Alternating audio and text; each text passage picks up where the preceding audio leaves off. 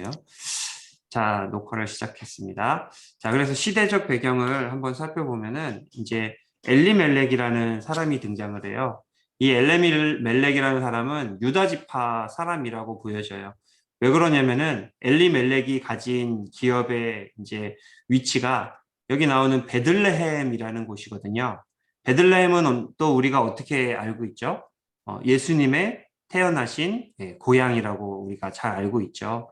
그래서 예루살렘 바로 밑에 있는 이 베들레헴이라는 곳에서 있었던 엘리멜렉의 아내가 누구죠? 나옴이라는 사람이에요. 나오미는 기쁨이라는 뜻을 가진 그러한 사람인데 이 엘리멜렉과 나오미의 가정에 이주가 그러니까 다른 이사하는 일이 생겨요. 왜 그러냐면은 베들레헴 지역에 흉년이 들어요. 약속의 땅이지만 흉년이 들게 됩니다. 그러나 모압 땅, 여기 이주 경로인데요. 모압 땅은 뭐예요? 아직 풍요가 가득하고 또 풍년이 드는 그러한 땅이었기 때문에 그러나 흉년이 든 땅에는 저기 하나님의 약속의 땅 가나안 땅은 하나님이 계신 그러나 흉년이 든 그리고 이 모압 땅은 뭐예요? 하나님이 계시지 않아요. 그러나 풍요가 있는 그러한 땅이거든요. 그러니까 이 둘 사이에 갈림길에 선 거예요. 하나님이 계신데 가난한 곳에 머물 것인가? 그리고 하나님은 계시지 않지만 풍요한 땅으로 갈 것인가? 이 인생의 갈림길에 서게 된 것이죠. 그 갈림길에서 뭘 택했어요? 풍요를 택했어요. 하나님을 택하지 않고 풍요, 경제적인 풍요, 또 어떤 물질적인 풍성함을 택해서 이 베들레헴에서 요 경로를 따라서 여기 이제 여매를 건너갈 수는 없으니까요. 요 경로를 따라서 모압 지방에 이주를 하게 되는. 그러니까 뭐예요? 하나님이 주신 베들레헴에 있는 기업을 포기한 거예요. 하나님이 주신 기업은 뭐예요? 땅이죠, 땅. 하나님이 주신 그 기업을 포기하고 이 기업은 신약 시대에 오면은 이 기업을 뭘로 대체해요? 기업이 하나님의 나라가 우리의 기업이에요. 그러니까 하나님의 나라를 포기하고 세상적인 풍요함을 따라서 간 거예요, 이렇게. 그래서 그 땅에 흉년이 드니라 유다 베들레헴에 한 사람이 그의 아내와 두 아들을 데리고 모압 지방에 가서 거류하였는데 그 사람의 이름이 누구라고요? 엘리멜렉이다라고 그렇게 이야기를 합니다. 그러니까 이제 우리가 기억해야 되는 게 뭐예요? 하나님이 함께 계신 곳에도 뭐는 찾아올 수 있다고요? 흉년이 얼마든지 찾아올 수 있다라는 것을 기억을 해야 되는 거예요. 아브라함도 하나님이 가나안 땅으로 가라 해서 그 땅에 갔을 때에 제일 먼저 만난 게 뭐예요? 어떤 풍성함, 또 어떤 행운, 복, 이게 아니라 가자마자 만난 게 흉년이었어요. 그 흉년 가운데에서 하나님께 예배를 먼저 드렸던 것이거든요. 그래서 이제 도망가죠. 어디 애굽으로 갔다가 이제 위기를 만나죠.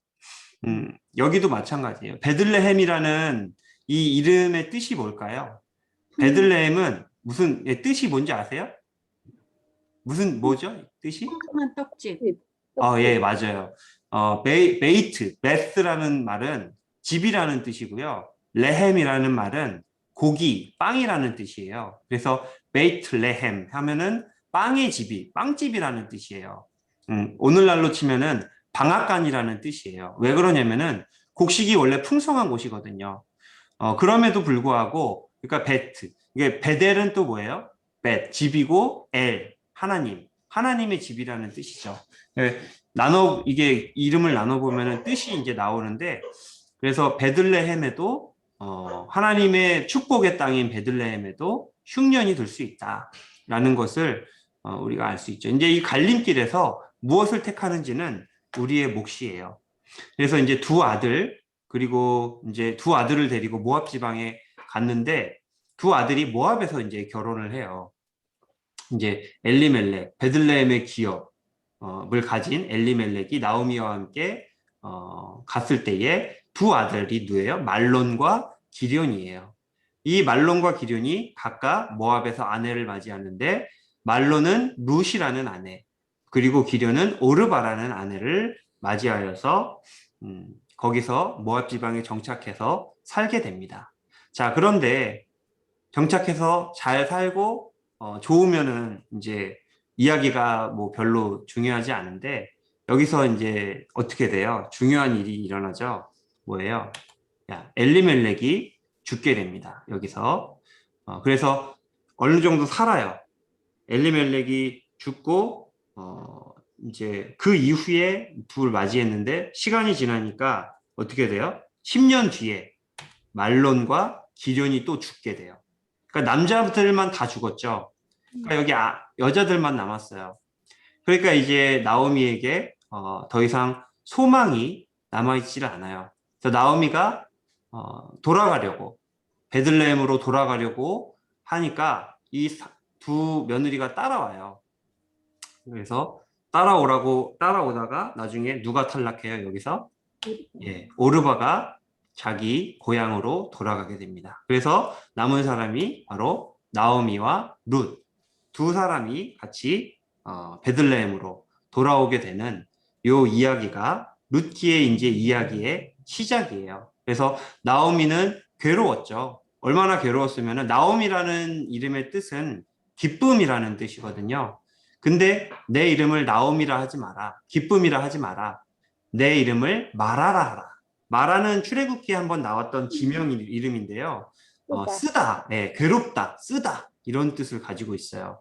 그러니까 내 이름을 괴로움이라고 이야기를 해라. 기쁨이라고 하지 마라. 그만큼 이제 정말 절망, 그 다음에 실조, 정말 낙심한 마음으로 나오미가 돌아오게 되죠.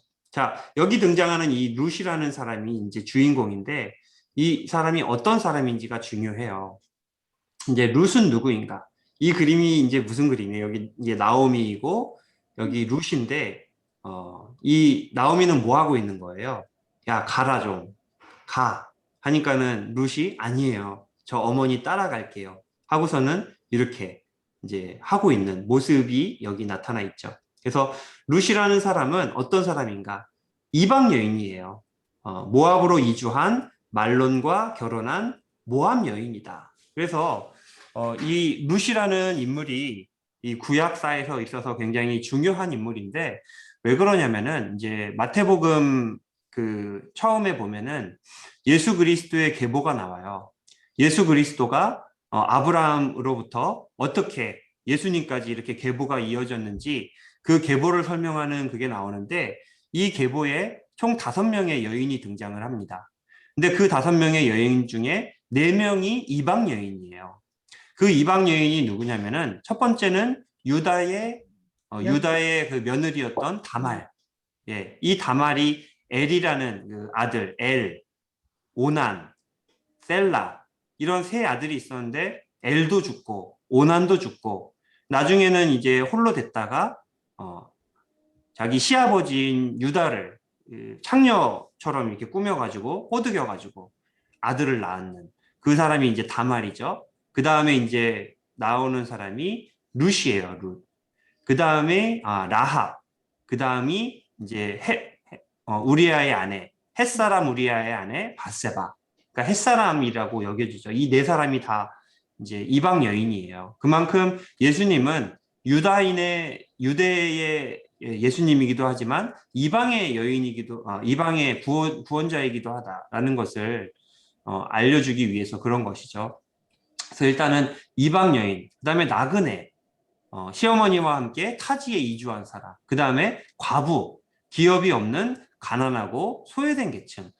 여자는 기업을 받을 수가 없어요. 남자만 받을 수가 있어요. 이 당시에는. 그래서 만약에 남편을 잃었다. 그러면은 이 사람은 빈털터리가 되는 거예요. 그래서 이 구약에서는 과부, 나그네, 레위인, 그 다음에 뭐 이런 고아 이런 사람들을 가장 소외되고 가난한 사람들로서 도와줘야 되는 대상으로 그렇게 여기고는 하죠. 그러니까 이 룻이라는 사람은 안 좋은 건 다 가지고 있어요. 지금 이방 사람이고 나그네고 과부고. 그러니까 아무 정말 소외계층 중에서도 소외계층인 이런 사람. 그러나 가진 게 뭐였냐면은 믿음이었어요. 룻은 믿음 하나만 가지고 있었어요. 실용적 선택과 신앙적 선택. 뭐예요? 실용적 선택은 오르바와 같은 선택이에요. 아직 애도 없어요. 그러니까 그냥 그대로 자기 고향 땅에 돌아가면은 좋은 또 남편 만나서 결혼하면 돼요. 재혼해서 또 행복하게 살면 돼요. 그게 나오미가 바랬던 거예요. 너 가서 다시 재혼해라. 너같이 젊은 사람이 왜 나를 따라오느냐. 근데 실용적 선택과 신앙적 선택의 갈림길에서 신앙을 택한, 믿음을 택한 여인이 바로 룻이었다. 그래서 이 룻의 선택은 단순한 의리, 어떤 동정, 이런 것에 의한 게 아니에요. 믿음을 택한 거예요. 그것을 어떻게 알 수 있냐면은, 자, 이 이야기를 보면은 나오미가 뭐라 그래요? 이 룻에게 내 동서, 그러니까 오르반은 그의 백성과 그의 신들에게로 돌아갔다. 너도 너의 동서를 따라 돌아가라. 모압으로 돌아가는 것은 단순히 고향으로 돌아가는 게 아니에요. 누구에게 돌아가는 거예요? 그의 신들에게로 돌아가는 거예요. 모압에서 섬기는 그모스 신에게로 돌아가는 거예요. 근데 그것을 수용했어요, 오르반은. 왜요? 그게 실용적이니까. 그게 내 인생에서 더 좋아 보이니까. 그러나 룻은 뭐라고 해요? 어머니께서 머무시는 곳에 나도 머물겠나이다. 그 이유가 뭐예요?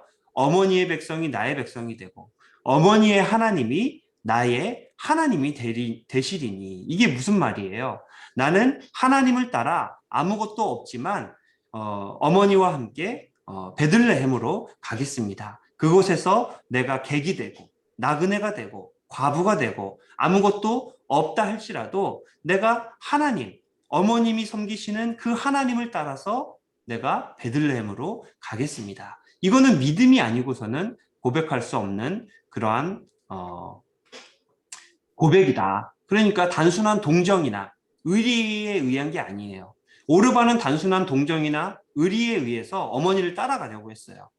근데 그때 가라고 하니까는 그래, 내가 동정만으로 의리만으로 갈 수는 없지. 내가 얼마나 손해가 크겠어. 그리고 그냥 돌아갔어요. 그러나 룻에게는 믿음이 있었기 때문에 어머니를 따라갈 수가 있었다. 이 이제 복받는 비결이죠, 이게.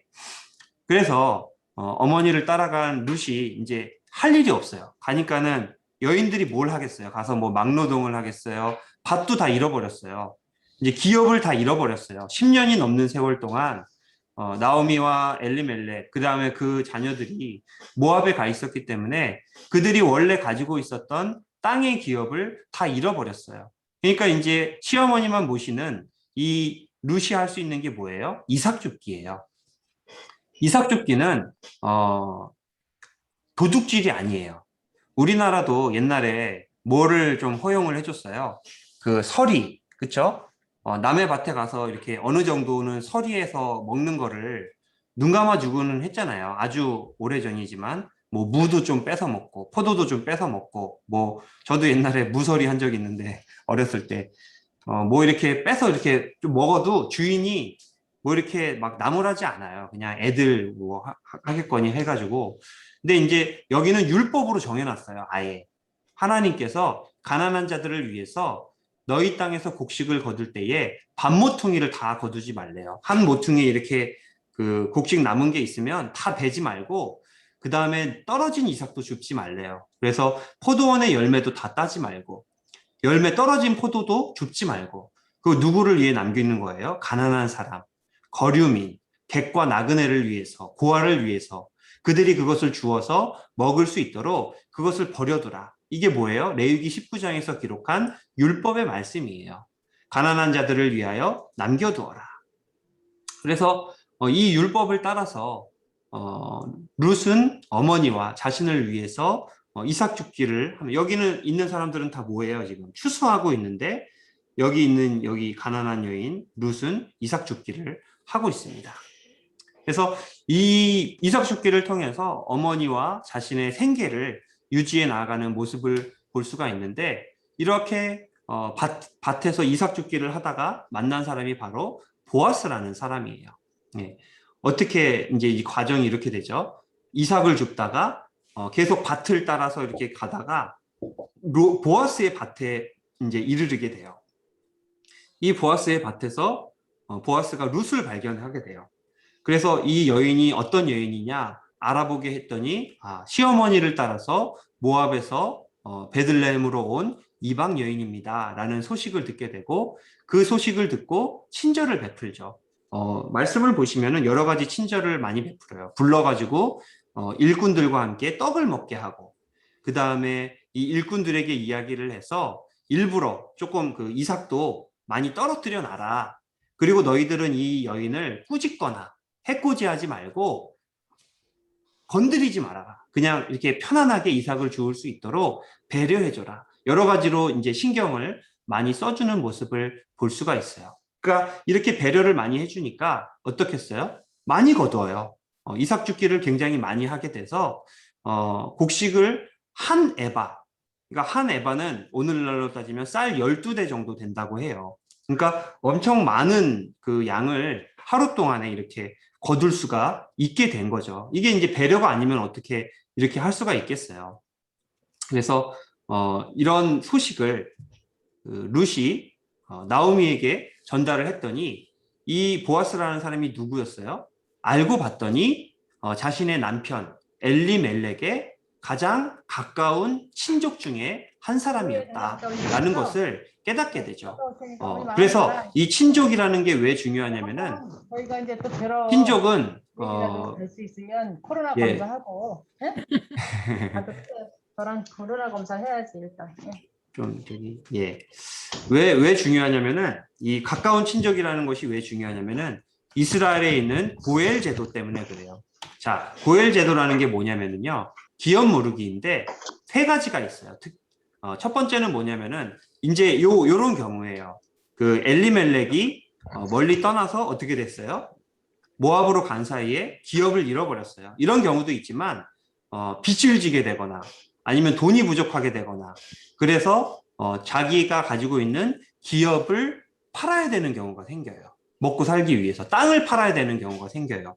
근데 그 땅은 누가 샀다고 해서 영구적으로 그 사람이 소유하게 되는 것이 아니라 이건 다 모든 땅은 누구 거예요? 하나님 거거든요.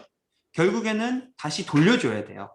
희년이 되면은 그 땅을 다시금 원주인에게로 돌려주는 것이 원래 이스라엘의 율법이거든요. 그러나 희년이 되지 않더라도 가장 가까운 친척, 가족이든지 아니면은 뭐 사촌이든지 육촌이든지 가장 가까운 사람일수록 그 사람이 값을 지불하고 그 땅을 회복시켜주는 것이 이 기업무르기예요. 기업무르기. 고엘 제도 중에 하나예요. 그래서 이게 고엘의 첫 번째 의무고 두 번째 의무는 뭐냐면은 이제 형제 중에 혹은 친척 중에 남편이 죽고 아들이 없이 과부가 된 경우가 있어요. 그러니까 이 누구예요? 이 룻이나 나오미나 다 이런 경우죠. 그런 경우는 어떻게 해야 되냐면은 만약에 이제 첫째, 둘째, 셋째 아들이 있어요. 근데 이제 둘째 아들이 죽었어요. 결혼을 하고. 그러면 며느리가 과부가 되잖아요. 그럼 둘째 아들이 가져야 되는 그 기업을 잃어버리게 되잖아요. 그러면 어떻게 돼요? 첫째 아들이 둘째 며느리에게 들어가서 이제 기업 이을자, 그러니까 아들을 낳게 해주는 거. 이게 이제 수혼법이라고 해가지고 그 당시에 그 가나안 땅에는 이런 제도가 있었는데 이게 율법화된 거예요. 나중에는 만약에 셋째 아들이 이제 결혼을 했는데 자녀 아들이 없이 죽게 됐다. 그럼 둘째 아들이 셋째 며느리에게로 들어가요. 그래서 아들을 낳아줘요. 이게 수혼법이에요. 그러니까 오늘날로 치면은 성적 문란이고 좀 뭐 이렇게 뭐 막장 가족, 뭐 근친상간, 뭐 이렇게 이제 여겨질 수도 있지만 이 당시에는 기업을 이어가는 게 굉장히 중요했거든요. 그렇기 때문에 아들을 낳아준다라는 의미에서 어떤 뭐 불륜이나 이런 의미가 아니라 아들을 낳게 해준다라는 의미에서 이런 그 수혼법이 아주 일반화되어 있었던 그런 경우가 있습니다. 세 번째는 고엘제도. 우리 가까운 근족이 피살된 경우에 원수를 갚아주는 것. 이게 이제 세 가지가 고엘제도예요. 무르기 제도라고 할 수가 있어요. 이제 가알이라는 단어는 무르다, 되찾다라는 뜻이고 고엘이라는 뜻은 물러주는 사람, 보상해주는 사람, 회복시켜주는 사람이라는 뜻을 가지고 있어요. 그래서 요 세 가지. 그러니까 이 지금 룻기에는 이 두 가지가 나와요. 기업 무르기가 하나가 나오고 수혼법이 나와요. 그래서 나중에 이제 룻의 남편으로 들어가는 사람, 이제 가족이 아니더라도 가까운 친척 중에서 이제 들어가서 아이를 낳게 해주는 게 이제 수혼법인데, 예, 그래서 결혼을 하게 되죠. 이제 이 두 가지가 다 이거 또 값도 지불을 하고, 예, 이렇게 나오게 됩니다. 요거를 잘 아시면 좋겠어요. 그래서 이 목적은 기업을 보존하고 또 혈족을 유지하고 피해를 보상해주는 이런 일들을 위해서 하나님께서 시키시는 그러한 이제 제도가 고엘 제도다라는 것을 잘 알고 계시면 좋을 것 같습니다. 그래서 이제 이 사실을 알게 된 나오미가 명령을 해요. 이 저기 룻에게 가서 너는 그에게 청혼해라라고 이야기를 하는 거예요. 프로포즈해라. 너는 목욕하고 기름을 바르고 의복을 입고 그가 누울 때에 너는 그가 눕는 곳을 알았다가 들어가서 그의 발치 이불을 들고 거기 누우라. 그러니까 이제 곡식 추수가 막 다 끝나가는 이때에 이제 누워 있을 거 아니에요. 여기 부근에. 그러면은 이제 사람들에게 보이지 않게 조용히 들어가서 그의 발치에 누워라. 자, 이거는 뭐냐면은요, 유혹하라는 게 아니에요. 이제 저기 그 보아스가 부유하니까 그를 유혹해가지고 우리의 가난을 면하자.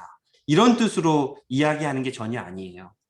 이렇게 발치에 들어가서 내가 가까운 친척이니 당신은 고엘로서 기업 무르기의 역할을 해주십시오라는 것을 부탁하라는 거예요.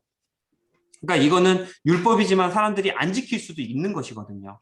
근데 이제 이 보아스에게 부탁해서 우리의 기업을 무르게 하고 또 결혼을 하도록 그렇게 허락해서 룻으로 하여금 원래 엘리멜렉이 가지고 있었던 그 기업을 유지하도록 다시 물려받을 수 있도록 그렇게 부탁을 해라라는 의미에서 이렇게 한 것이지, 뭐 가서 뭐 야하게 입고 가가지고 뭐 보아스를 유혹해가지고 잠자리를 갖고 뭐 이렇게 하라는 그런 의미가 아니라는 것을 아시면 좋겠어요. 네, 그래서 이거는 아주 정당한 요청이고 요구이다라고 이야기를 할 수가 있죠.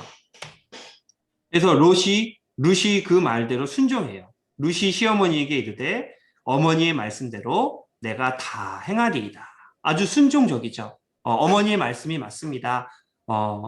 얼마나 또 민망하겠어요, 이 룻도. 그러나 내가 어머니의 말씀에 온전히 순종하겠습니다. 근데 이 기억을 해야 될 게, 이 나오미는 그냥 뭐 저기가 아니에요. 그냥 우리가 뭐 다시 부유하게 되자, 뭘 찾자, 이런 마음이 아니에요. 나오미는 시종일관 이 룻이 잘 되기만을 바라고 있었어요. 너도 좀 남편을 만나야 되지 않겠느냐, 너도 좀 행복해야 되지 않겠느냐, 나를 따라와가지고 네가 이렇게 고생하는 것이 내가 너무 마음이 아프다, 이런 마음으로 시종일관 룻에게 뭐 여러 가지를 부탁하고 명령하고 요구한 것이거든요. 그러니까 룻이 그 마음을 알고 순종을 해요. 그리고 그대로 행한 룻에게도 뭐라고 그래요? 내가 내 말대로 내게 다 행하리라. 룻이 내가 다 행하리이다 하니까 보아스도 룻에게 내 말대로 내가 다 행하리이다. 이게 진짜 우연일까요? 순종하는 자에게 정말 자기의 행위대로 보상을 받게 되는 이러한 모습을 우리가 보게 되죠. 그래서 온전히 순종하는 룻에게 순종대로 응답하는, 하나님께 순종하면 복을 받는다라는 아주 가장 기본적인 일반 원리를 우리가 여기에서 볼 수가 있습니다. 그래서 이 보아스가 그것을 수용할까요, 안 할까요? 예, 당연히 수용을 하죠. 그렇게 친절을 베풀고 룻이 잘 되기를 원했던 이 보아스는 당연히 이 말을 수용을 합니다. 내가 내 말대로 다 행하겠다. 내가 기업을 물을 수 있도록 해주겠다. 다 이렇게 합니다. 그래서 기업 무르기는 누가 해야 되냐면은 자격이 있어요. 보아스가 하고 싶다고 해서 하는 것이 아니라 가장 가까운 친족이어야 돼요. 그러니까 조금 두 번째로 가까운 친족, 세 번째로 가까운 친족, 이 사람들이 할 수 있는 것이 아니라 첫 번째로 가까운 친족이 엘리멜렉의 그 기업을 물러주고 해줘야 되는 그러한 자격 조건을 가지고 있습니다. 그래서 이 고엘의 우선순위를 따져서 해야 되는데 이 보아스에게는 보아스보다 더 가까운 친족이 있는 거예요. 그래서 그에게 먼저 물어보고 하겠다. 그래서 성문에다가 사람들을 모으고 그리고 이 가까운 친족을 불러서 이야기를 하죠. 나는 기업 물을 자이나 기업 물을 자로서 나보다 더 가까운 사람이 있으니. 그래서 여기 이제 기업 물을 사람을 불러가지고 보아스가 이야기를 합니다. 당신이 기업을 물러줘라. 그래서 이 룻으로 하여금 이제 그 기업을 물러줘라라고 이제 부탁을 했더니 처음에는 이 친족이 어떻게 해요? 수용을 해요. 왜 수용을 하냐면은 룻이라는 존재를 알지를 못했어요. 그래서 이 땅을 내가 돈을 지불해서 가지게 되면은 영구히 나의 기업이 될 줄로 알았어요. 그래서 내가 하겠다. 그렇게 했는데 보았더니 그 다음에 보아스가 뭐라고 그래요? 그러면은 네가 해라. 대신에 룻이라는 이 엘리멜렉의 며느리가 있는데 그에게 네가 들어가서 그 뭐예요? 수혼법, 그 아이를 낳아주는 것도 함으로 인해서 기업을 이어가게 해야 된다. 이 이야기를 하니까는 이 친족이 뭐라 그래요? 손해거든요.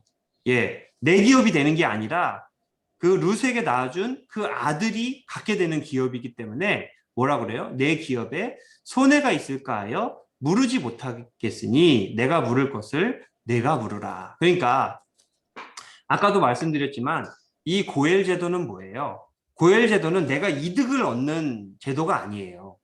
고엘 제도는 내가 손해보는 제도예요. 가지고 있는 사람들이 가지지 못한 사람들을 위해서 나의 물질과 돈을 지불하고 내어줘야 되는 제도가 고엘 제도예요. 그러니까 고엘 제도의 정신은 부유한 자가 손해보는 거예요. 희년도 마찬가지예요. 희년 50년에 한 번씩 기업을 회복하게 하는 그러한 그 율법인데 이거는 누가 손해보는 거예요? 가난한 자가 손해봐요? 부유한 자가 손해봐요? 예, 부유한 자가 손해보는 거죠, 당연히. 나는 돈을 주고 내가 가진 것인데 그것을 50년이 지나면은 빼앗기게 되잖아요. 그러니까 이 고엘 제도든지 희년 제도든지 가지고 있는 자들이 손해보는 제도예요. 오늘날로 치면은 가지고 있는 자들이 많은 세금을 납부하는 그러한 제도와 마찬가지인 거예요. 그런 그 고엘 제도의 그 원리를 알았다면 이 친족이 이렇게 이야기하지 않았겠죠. 그런데 이 친족은 고엘 제도를 뭘로 봤어요? 나의 기업을 늘리고 내 땅을 넓히는 그러한 하나의 수단으로만 본 거예요. 그러니까 잘못 깨달은 거죠, 이 사람은. 그래서 여기 이제 친족과 보아스가 있는데 이 보아스와 친족의 가장 큰 차이가 뭐예요? 보아스는 율법을 통해서 사랑을 실천하려고 했어요. 이게 율법의 본질이에요. 하나님이 율법을 주신 원래 목적이 뭐예요? 서로 사랑이에요. 이웃 사랑이에요. 그래서 이 율법을 통해서 아름다운 공동체 만들기를 원하셨던 것이 하나님의 율법을 주신 본래 뜻이에요. 그것을 잘 실천한 사람이 보아스예요. 근데 이 친족은 누구예요? 율법을 통해서 오히려 남의 불행을 통해서 나의 유익을 취하는, 나의 이득을 취하는 율법의 정말 본질을 온전히 실천하지 못했던 사람이 이 친족이죠. 그러니까는 나는 그러지 않겠다. 이 사람이 만약에 그렇게 했으면 보아스 대신에 이 사람이 그 예수 그리스도의 계보에 올라갔을 거예요, 아마. 근데 왜냐면 먼저 우선순위가 있거든요. 근데 거부했어요. 그러니까 보아스로 넘어와서 나중에 보아스가 예수 그리스도의 계보에 들어가게 되는 이러한 은혜와 축복을 누리게 되죠.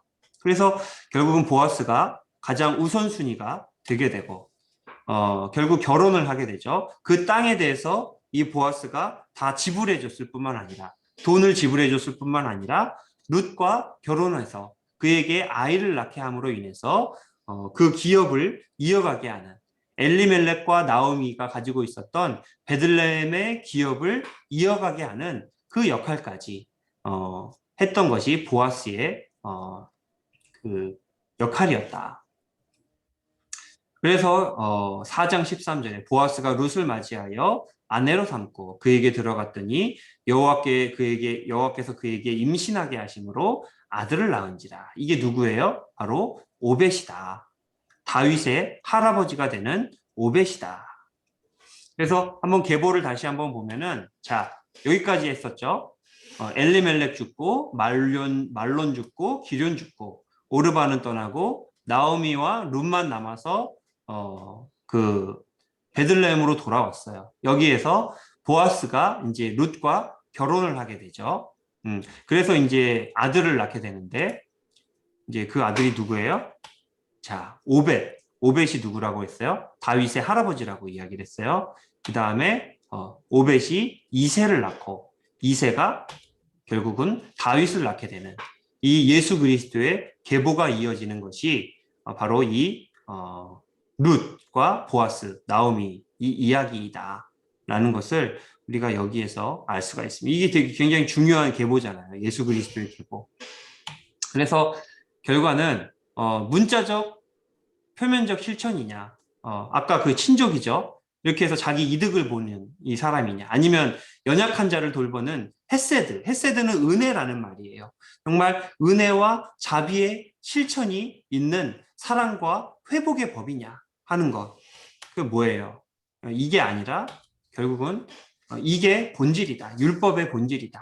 정말 연약한 자들, 가지지 못한 자들, 소외되고 정말 많은 사람들에게 밑에 있는 하층 계층, 최하 계층에 있는 이런 사람들을 돌보는 하나님의 마음을 품은 율법의 실천이냐 하는 것을 우리가 좀 기억을 해봐야 될 것 같습니다. 그래서 율법의 온전한 순종을 통해서 약자를 치유케 하는 이 공동체, 이 보아스 공동체야말로, 이 보아스 공동체 아름답잖아요.